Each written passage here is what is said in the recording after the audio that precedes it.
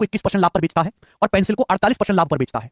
एक आदमी पेन को बेचता है 21% प्रॉफिट में, पेंसिल को बेचता है 48% प्रॉफिट में, तो उसे 1890 का लाभ होता है। पहली लाइन है, एक आदमी के पास एक पेन एक पेंसिल है, पेन को 21% प्रॉफिट में बेचा, पेंसिल को 48% लाभ पर बेचा, कुल आदमी को 1890 का लाभ हुआ। अगली लाइन, लेकिन ये लाइन इंपॉर्टेंट है, यदि वह पेन को 21/4% लाभ पर और पेंसिल को 15% के लॉस पर बेचे तो उसे ना लाभ होता है ना हानि होती है।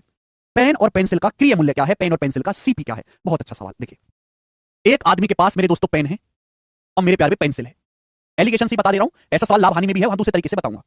ठीक है बच्चे, सवाल पहली लाइन से सॉल्व नहीं होगा, पहली लाइन से तो कुछ पता नहीं चलेगा, पता चलेगा दूसरी लाइन से। जब मैं प्रॉफिट या लॉस पे एलिगेशन लगाता हूं तो क्रिया मूल्य का रेशियो आता है सीपी का। सुनिए बच्चों, दूसरी लाइन देखो, आदमी पेन को 21/4% के लाभ पर बेचता है, आदमी बेचता है पेन को 21/4% के प्रॉफिट पे। एक आदमी पेन को 21/4% के लाभ पर बेचता है, पेंसिल को बेचता है 15% के लॉस पे, पेंसिल को बेचता है 15% के लॉस पे। पूरे सामान में उसे लाभ हुआ ना हानि हुआ, इसका मतलब पूरे सामान को उसे 0% का प्रॉफिट लॉस हुआ, ना लाभ ना हानि का मतलब 0% प्रॉफिट लॉस। समझ में आया? क्लियर है? देखिए, आदमी क्या करता है, सरफ साबुन सब खरीद के रख लेता है। पेन और पेन खरीदिया, पेंसिल खरीदिया दुकानदार ने, पेन पे कुछ लाभ हुआ, पेंसिल पे कुछ हानि हुई, ओवरऑल दोनों सामान पे मिलाकर ना प्रॉफिट हुआ ना लॉस हुआ, यानी कि ओवरऑल क्या हुआ, 0%, ना प्रॉफिट ना लॉस। हरी बताइए, कल से यूपी पुलिस की क्लास हो रही है हरी?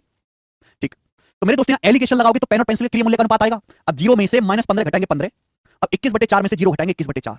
ये क्या आ गया बच्चे, पेन और पेंसिल के क्रिया मूल्य का अनुपात आ गया मेरे दोस्तों, सीपी का रेशियो पेन और पेंसिल के। ठीक है, आप बोलोगे हाँ जी सर बिल्कुल सही। ये किससे कट रहा है, 3 से, 3 पंजे 15, 3 7 21, 4 से गुणा हो जाएगी, 4 पंजे 20/7। ये पेन और पेंसिल के क्रिया मूल्य का अनुपात आ गया 20/7 सीपी का रेशियो। मैंने एलिगेशन लगा के बताया है मेरे प्यारे भी, लेकिन अब इसकी कोई जरूरत नहीं। सेकंड लाइन का इस्तेमाल केवल यहीं तक था कि आप पेन और पेंसिल के क्रिया मूल्य का अनुपात निकाल सकें। सेकंड लाइन का इस्तेमाल केवल यहीं तक था। आप बोलोगे हाँ जी सर, क्रिया मूल्य का रेशियो निकालने के लिए आपसे, लेकिन ये नहीं पूछा, आपसे पूछा पेन पेंसिल का क्रिया मूल्य 20:7 में आंसर होगा। सारे ही ऑप्शन 20:7 के रेशियो में। अब इस सवाल को सॉल्व करने के लिए पहली लाइन का इस्तेमाल होगा। पहली लाइन कहती है कि आदमी पेन को 21% के प्रॉफिट पर और पेंसिल को 48% के प्रॉफिट पर बेचता है, तो आदमी को 1890 रुपए का लाभ होता है।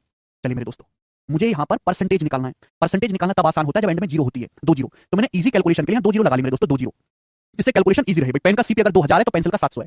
पहले पेन को 21% के लाभ पर बेचता है, 2000 का 21% क्या होता है, 420। पेन पे 21% का लाभ, 2000 का 21% 420। पेंसिल को 48% के प्रॉफिट पर बेचता है। देखो 700 का 48% निकल जाएगा ना आसानी से, परसेंटेज से 2 जीरो हो जाएगा, कितना आ जाएगा 700 का 48%, 336। ठीक है भाई, आप बोलोगे हाँ जी सर बिल्कुल सही। तो पेन पे 420 का प्रॉफिट हुआ, पेंसिल पे 336 का, टोटल प्रॉफिट कितना हुआ? टोटल प्रॉफिट हुआ मेरे दोस्तों 756, 4 3 7 756, टोटल प्रॉफिट हुआ 756। जबकि टोटल प्रॉफिट हुआ कितना मेरे प्यारे भी, 1890 रुपए का। टोटल प्रॉफिट 1890 रुपए का हुआ, बताओ कितने गुना? 189 से मेरे दोस्तों 4 बार जाएगा और 4 से 10 जाएगा मेरे दोस्तों, ढाई बार, ढाई गुना। आप बोलोगे यहाँ से 2.5, तो 1 यूनिट की वैल्यू 2.5 रुपए आ गई। अगर 1 यूनिट 2.5 रुपए आ गया तो पेन का सीपी है 2000, 2000 की वैल्यू भी, पेन का सीपी 2000, 2000 की वैल्यू भी 2.5 गुना होनी चाहिए, 5 रुपए। पेन का क्रिया मूल्य 5 रुपए आ गया। ठीक है भाई, पेंसिल की 700 की वैल्यू भी 2.5 गुना, 700 का 2.5 गुना 25 7 175 1750 रुपए, पेंसिल का क्रिया मूल्य 1750 रुपए हो गया। सी ऑप्शन सवाल का आंसर है, ऑप्शन नंबर सी। बेहतरीन सवाल।